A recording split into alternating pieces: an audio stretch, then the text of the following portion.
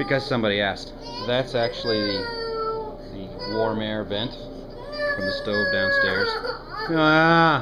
So Captain Chipper right here is constantly bathed in a good brisk breeze of fresh clean air. So otherwise I wouldn't have him up here. You're in the bubble, aren't you, buddy?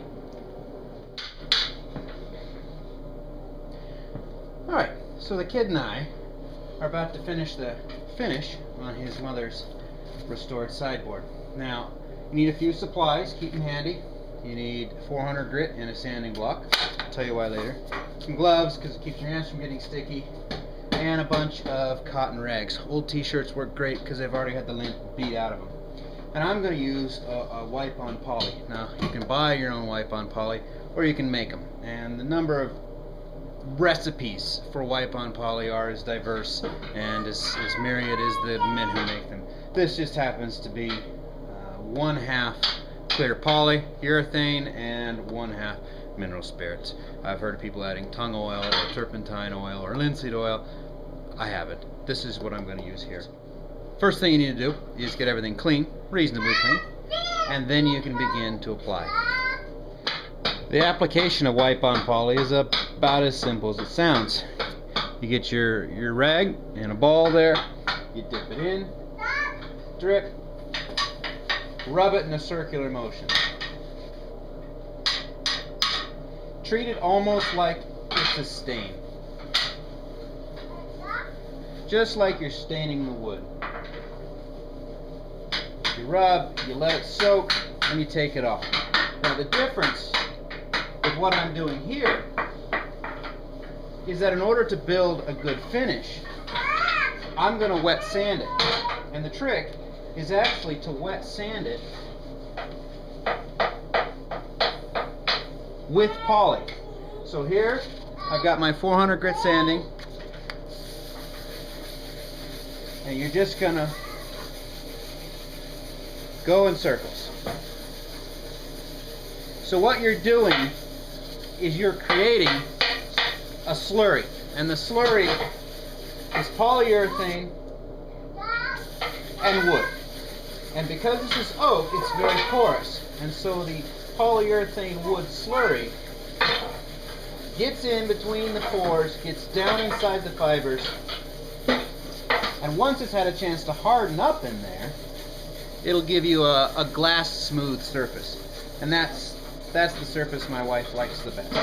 So we're going to spend a bit of time trying to smooth it out like this. This is something I would only do on a tabletop. If it starts to dry out, get a little more poly.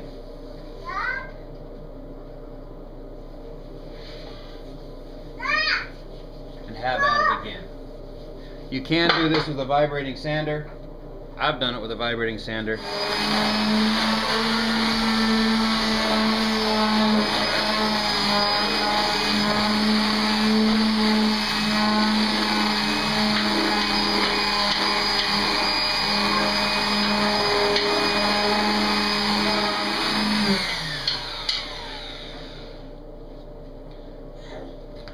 Once again, I'm not saying I recommend this.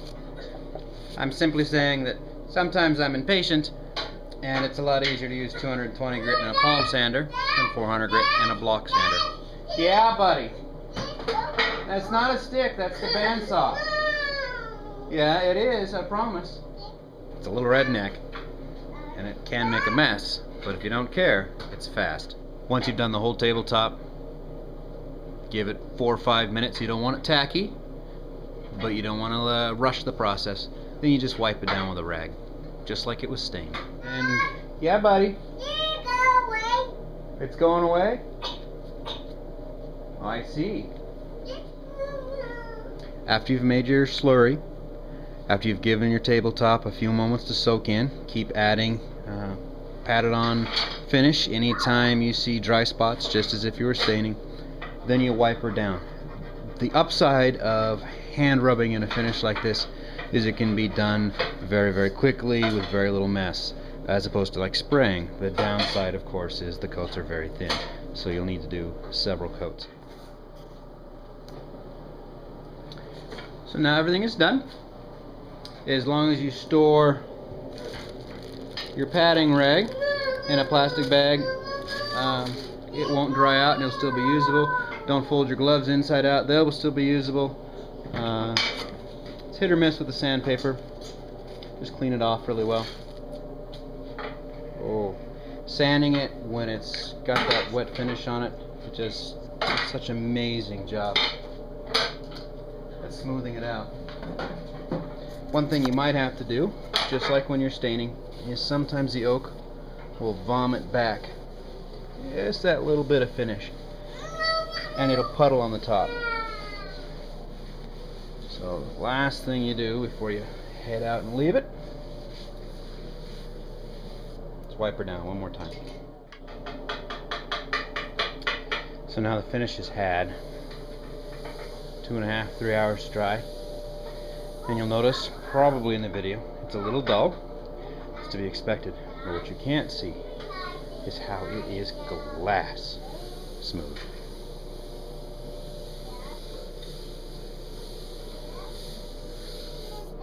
I really like the wet sand with your rub-on lacquer. I really like it. It produces a very silky finish. And even if you're going to spray, I would still do this first. Yeah, buddy? There I go. There I go where? Book. It's not a book. It's not a stick. That's the bandsaw.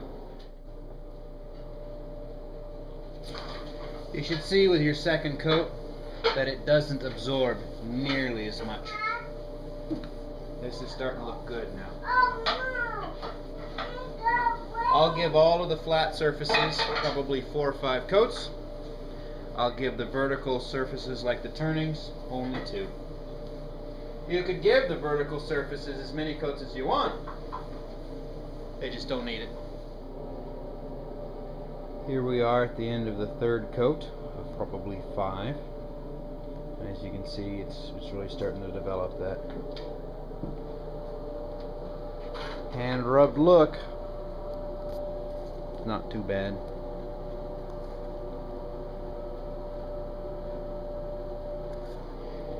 Especially not for something that's basically rustic, quick and dirty.